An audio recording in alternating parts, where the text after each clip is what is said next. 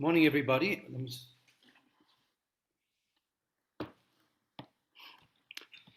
Guys, if I'm not clear, please ask.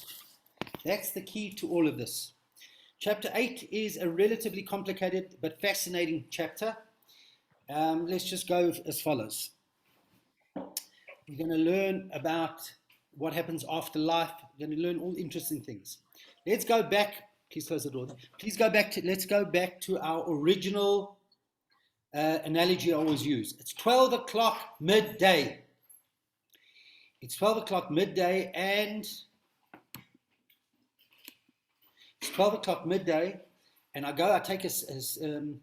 I'm sitting here. This room is on the ground floor, and I go and I take a test tube. I go outside and I capture the sunlight. I put it here, full of sunlight. I then come into this room. There's a big, thick curtain darkening the room. I capture the light in this room. It's mainly dark, but a little bit of light. I then go underneath this room. There are 3 dungeons. I take it the darkness. So there's one absolute darkness. There is one mainly dark, a little bit of light, and absolute godly revealed. Everything in this world comes from one of those 3 places. Okay. Where does my animal soul come from? My animal soul, we said in chapter 1, we have 2 souls. One of the souls is the animal soul. It comes from this room with this dark and light. Anything that comes, anything that the Torah says is kosher. Kosher speech.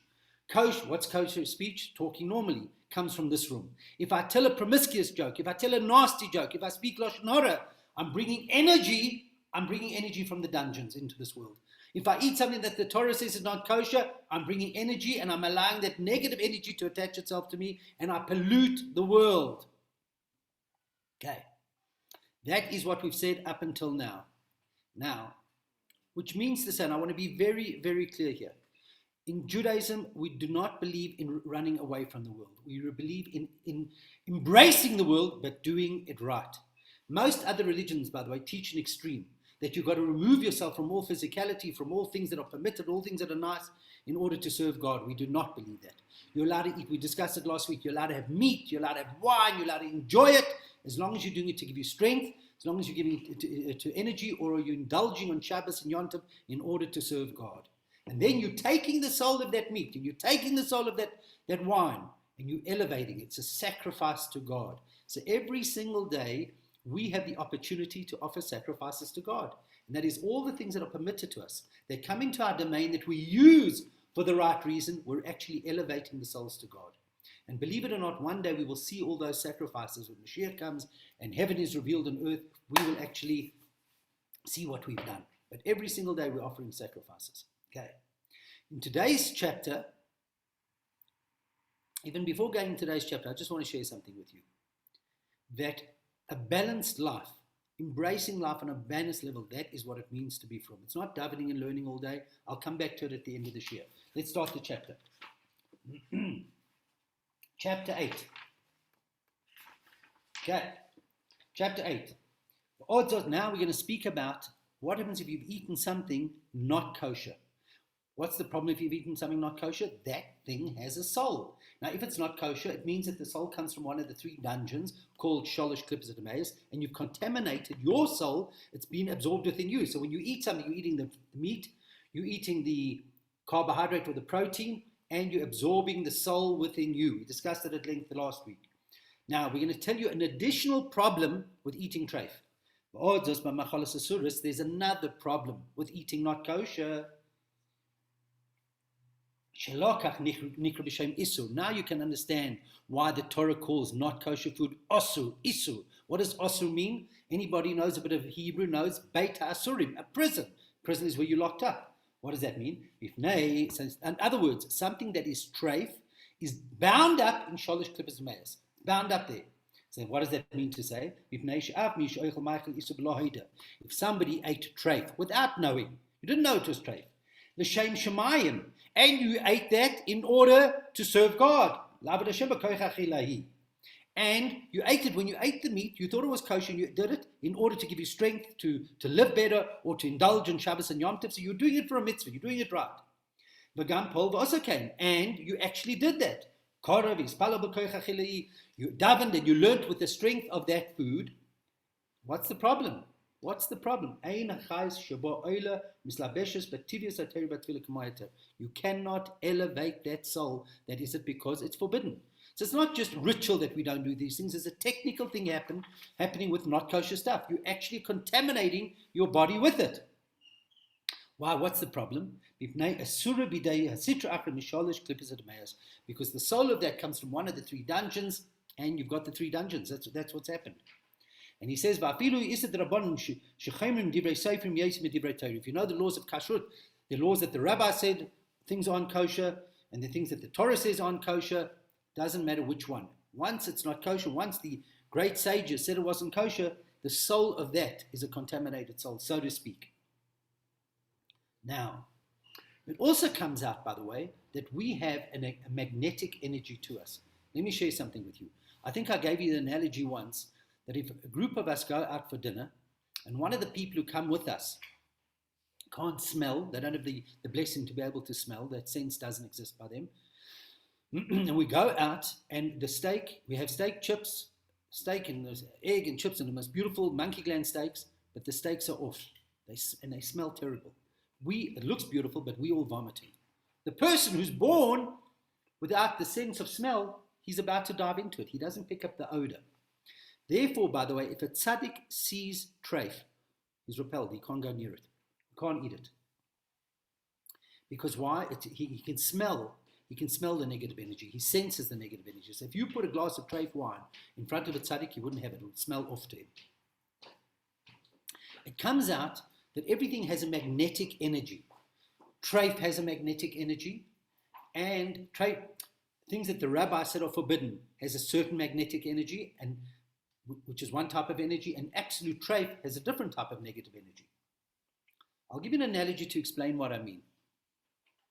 A Jew, think about this. I'm not being judgmental here, but just think about it. A Jew who's never eaten pig, right? Or a Jew that's never eaten meat or milk. Now, pig meat, roasting actually smells quite nice. But somehow when you smell it, you actually feel sick. Now, why do you feel sick? It smells like any other meat. Somehow you feel repulsed. That's how a tzaddik feels with anything that is not kosher. So look what he says in the words of the Tanya. It says, on the 3rd chapter, page 128. And the only person who doesn't have their book here is Nikki, because I haven't sent it to London yet. V'lochein, gam ha-Yatesahara, v'koich ha-matayva l'dvarim asurim hushayd m'shayd nichroim. And therefore the magnetic energy that pulls us, the Yatesahara, so we have our animal soul, and then we have a magnetic energy that's called the Yatesahara. That magnetic energy that pulls us to forbidden things is like a non-Jewish Yatesahara.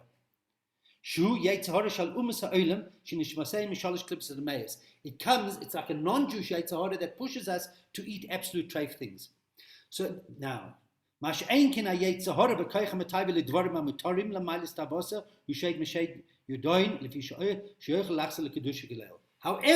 this is where it becomes interesting.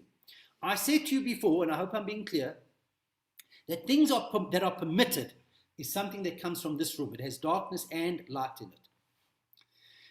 If it has darkness and light in it, so it's a piece of regular kosher meat, the animal's been shechted properly, it's been salted properly, and now it's sitting in front of me. When that thing comes into my domain, there's a magnetic energy pulling me to eat. As we know it, when we see food, we want to eat it. The magnetic energy is like a Jewish Yatesahara that pushes me to eat that without the right intention. Remember what we explained last week, that if I eat the thing for the wrong intention, I bring out the negative. So there's a piece of kosher steak in front of me. If I eat that in order to get strength, to take my kids to school, to do the things that Hashem wants me to do, to learn and to daven and to work, I've done a mitzvah, I've elevated the meat. Or if I've eaten the meat to fulfill the mitzvah of Shabbos and Yom Tov, I've elevated the soul. But there's a magnetic energy pulling me to eat it like an animal eats, just to dive into it. That's called the non-Jewish Yatesahara. Now, how it all starts actually, and I've said this before, that the downfall of everything is overindulgence. If I go into eating, how does a person eventually eat meat and milk or prawns or all the things that you're not allowed to eat? It all starts from overindulgence in kosher food. Because once you have overindulgence, or once you're eating things for the wrong reason, let's put it that way, once I eat things for the wrong reason, I've contaminated my body with a little bit of clipper, the clipper that comes from this room, a bit of darkness, and that then pulls me down another level. He says like this, Ach mikol mokem, koidim shiachs lekudusha usitra achar klipa.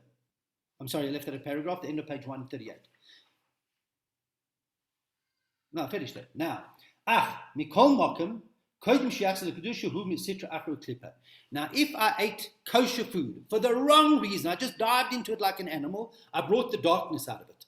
If then I go daven and learn, we explained in the previous chapter, I elevate most of the energy. Right? I elevate most of the energy. But a little trace, I'm going further, but nonetheless, even if I've eaten kosher my entire life, but I ate the food for the wrong reason, I didn't think that I'm serving God with the energy of that food. And I've explained in a previous year, that's the reason why you wash your hands, in order to elevate the meal that you're about to eat.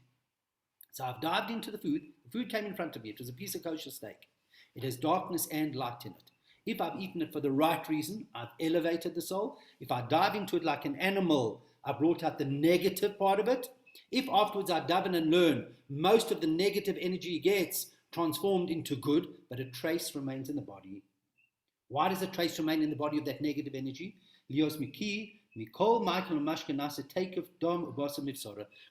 when you eat something, part of that becomes part of your flesh and blood. And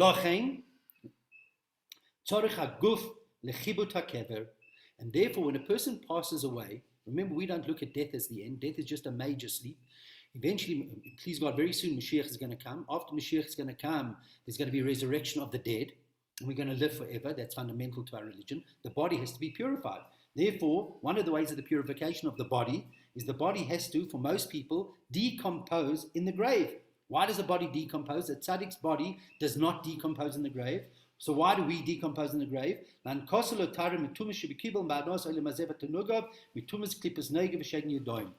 cleanse the body for resurrection of all the stuff that it contaminated itself with, even the kosher things that it ate for the wrong reasons.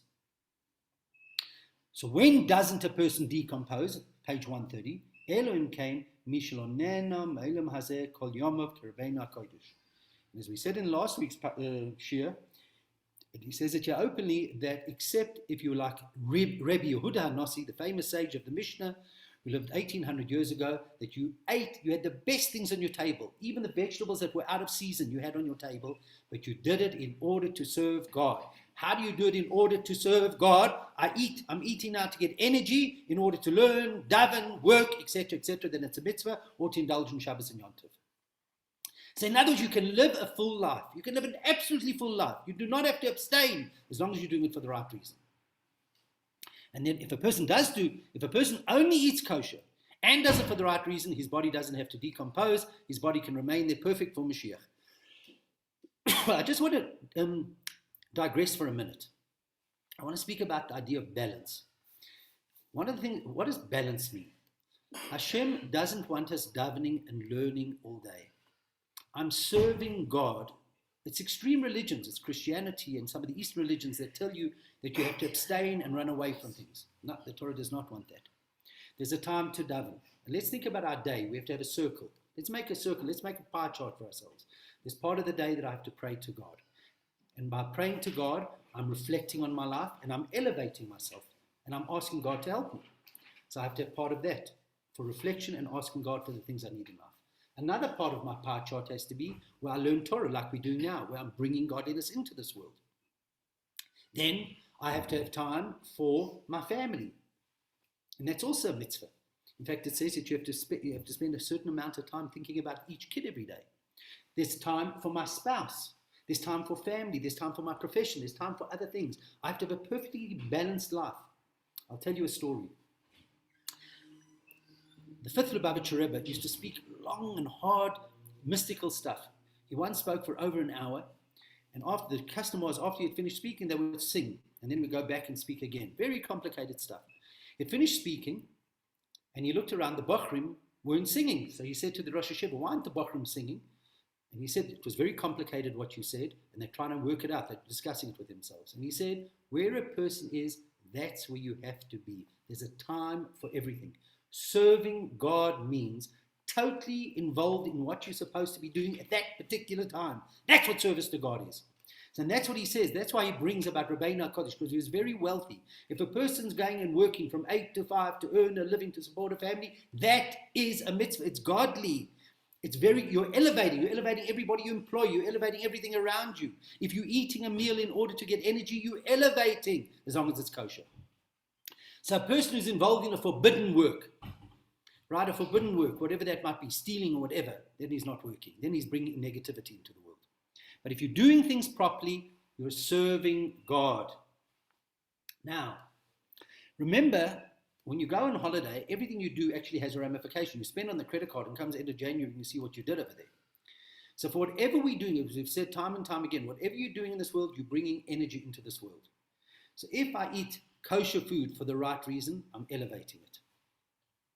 If I've eaten kosher food for the wrong reason, right, although most of it gets elevated when I go and learn and daven, there's a trace that remains in my body, and therefore my body needs to decompose in the grave. Now, I'm drawing energy into the world all the time. What happens for all the nonsense speech, right, for the dvarim batalim it's called? That's like idle chatter. Idle chatter is also bringing energy into this world. It also has an effect. What happens about a person who doesn't know how to learn and he just spends his time talking nonsense? How does his soul get purified in the world to come for all the idle chatter? So that's an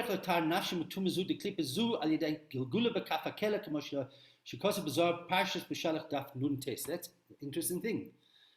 If you speak to a Christian or a non-Jew about hell and heaven, they have a very different understanding to it than the way we do. A Christian really believes that there's hell and heaven. They're boiling you there, there's purgatory there, and there's bliss there. Muslims have another way of understanding it. We say it's a state of being, it's a state of feeling. So the body gets purified through decomposing. What happens to the soul that has contaminated all the nonsense talk around me? So what actually happens is called Gilgula B'Kafakela. It's called the hollow of the sling, the hell of the hollow of the sling. So some non-Jewish philosophies believe that, what is it? There's a sling, and they shoot you from one side of the world to the other. That's the punishment. No, the way we understand it is as follows. When a person leaves this world, he's in touch with the highest level of his soul. Now, there are 5 parts to the soul. The highest part of the soul is called Yechida. It doesn't even ever come into the body. When a person dies, you get in touch with that level of your soul. So all of a sudden, your past, present, and future, you're very conscious of. So in other words, when a person dies, it's not the heavenly court judging you. It's not angels judging you. You are judging yourself. You living with yourself. Every lost opportunity, everything that you've done wrong, all of a sudden becomes very real to you. So the things that we've done in our lives that we've just put into our subconscious and we buried away, when a person dies, they become very real. Right? Why? Because there's that level of the soul that you're not consciously aware of all the time. It becomes part of you. It becomes downloaded. You become in touch with it. And therefore, for all the talk that you've spoken, all the nonsense speech, what actually happens, it's called the hollow of the sling. The hollow of the sling means where, I'll give you an analogy. I'm standing in front of my Creator and I realize what I could have achieved. And then I go back and I think, oh my God, I mucked it up. I'm standing, I could have achieved more, I didn't achieve it. I'm like going backwards and forwards. I'm living with the hell of look at the things that I could have achieved. I'm like in a hollow of a sling, I'm going backwards and forwards. And sometimes you feel it in this world where you realize the lost opportunity. You say, why did I do that? I'll give you a good example. I was once at the airport, Mr. Arrogant me, I was once at the airport and a guy walked over to me. I was in the lounge and a guy walked over to me and he said, Chief Rabbi, who are you? I introduced myself. He says, hey, you look busy. I said, you know what? You look like a busy guy. I'm going to give you some advice. In fact, he was an ex-general in the army. He was talking. He said, I'm going off for a conference on Bitcoin. Bitcoin, I think, was 1,000 Rand at the time. He said, just take a few thousand Rand and put in Bitcoin, I'm telling you. So I said, what does he know? And I didn't do it. Now, today, that 1,000 Rand investment would have been worth, I think, like $50,000. It would have been absolutely insane what it would be. Now, I was So every time I think about it, I have a bit of this kafakela, this hollow of the sling. Oh my God, if I would have done that, gee, things would have been different for me. That is the hollow of the sling. Or the guy who sold his Apple shares for $800, which would be worth $6 billion. He thinks, why didn't I do it? Why didn't I do it? Okay, that's what kafakela is. And I think the lost opportunities that we've had in life for things that we could have done, that's kafakela. Now, we also speak about a hell of fire and a hell of snow. So we've spoken about like this, decomposing in the grave. We've spoken about kafakelas for lost opportunities, but permitted lost opportunities. And now we're going to speak about what happens if a person actually didn't just waste time, but a person spoke lashon hara, right, for evil things. But if somebody had forbidden speech, like scoffing and lashon hara, when you spoke lashon hara or when you did evil things, not that anybody here does, you bring absolute evil into the world. For that, a person goes to hell of fire. What does it mean, hell of fire? You're burning with embarrassment. It's not just about loss of opportunity and you feel, oh, why didn't I do that? You're actually burning. So the way we look at hell of fire is not that they're burning us. I'm burning with embarrassment. Like a person once told me, he was speaking to someone and he thought he put down the cell phone and he didn't. And he spoke to the guy's colleague very badly about him, and the guy overheard the conversation. And the guy, he felt so terrible. Every time he would see him, he said he was burning with embarrassment. That's hell. Right? That is hell of fire. Okay, now another thing.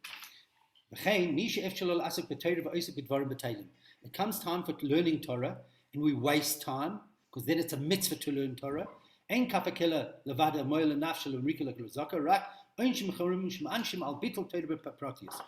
there's time set for learning Torah and we play with that, then it's not just idle chatter, so then you also have to go through a hell of fire.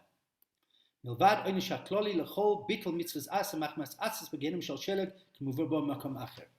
we've spoken another concept now. When I speak dvarim batalim, nonsense talk, I go through the hollow of the swing, the hollow of the sling. Oh yeah, lost opportunity. When I speak lashon hara, after life, I experience a hell of fire. You can even experience in this world, hell of fire. I'm absolutely embarrassed. If I had the opportunity to learn Torah and I didn't, then it's like lashon hara because it's absolutely forbidden. I should have been learning Torah. I also experienced a hell of fire. Besides another hell that I go through called hell of snow. What does hell of snow mean? Hell of snow is cold. And that's given to a person because of being lazy to do a mitzvah. Now, what does it mean being lazy to do a mitzvah? Right?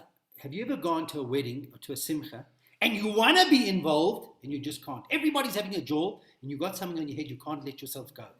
You're cold to the mitzvah. You get that. Now, when a person leaves this world, every time you were cold to do a mitzvah, you live with it. You want to get excited, you want to get invigorated, you see the benefit, and you're cold to it. In other words, when a person, I'll give you an example, when a person doesn't share other people's simchas, right? If a person hasn't taught themselves to be happy for other people, then they go to a simcha, everybody else is happy and they're not. That's hell of snow. So it's unbelievable the way we understand the hells to the way the non-Jewish people understand, or some of the non-Jewish people understand these things. So what is hell of snow? I didn't get excited. I didn't push myself to perform mitzvahs now. So everybody's having a jaw up and high and they're all excited and I can't let myself go. That's hell of snow. Now you're going to get to a very interesting concept in Jewish thinking.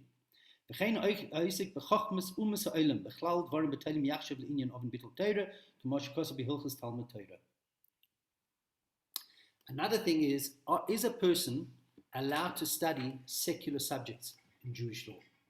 Now, according to true Jewish belief, by the way, according to true Jewish belief, every single thing has a soul in it, as we've discussed. Therefore, if I have the chance to learn Torah or to learn a secular subject, what comes first? Undoubtedly learning Torah. Am I ever allowed to learn a secular subject? So I'll have to finish it next week, but it comes out as follows. I can only learn a secular subject if it helps me in my service of God or it helps me to earn a living. That's the only times I'm allowed to do it. Otherwise, it's called Bittul Torah.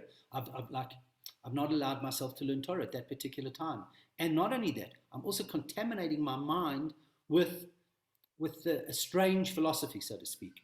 In other words, if I am a caterer, I'm allowed to learn everything about catering, but I'm not allowed to in Jewish law go to study Greek mythology.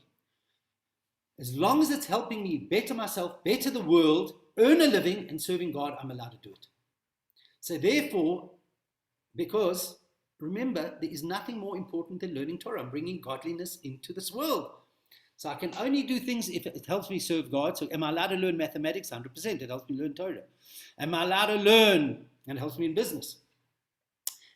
And a person has to think about that, by the way. I'm not just allowed to have hobbies to go study things. Study things within the realm of Torah. You bring godliness into this world from what we've learned now. Study things that come from these secular subjects. Some things are absolutely forbidden. And therefore, you're not allowed in Jewish thinking. There's certain subjects you're absolutely not allowed to study.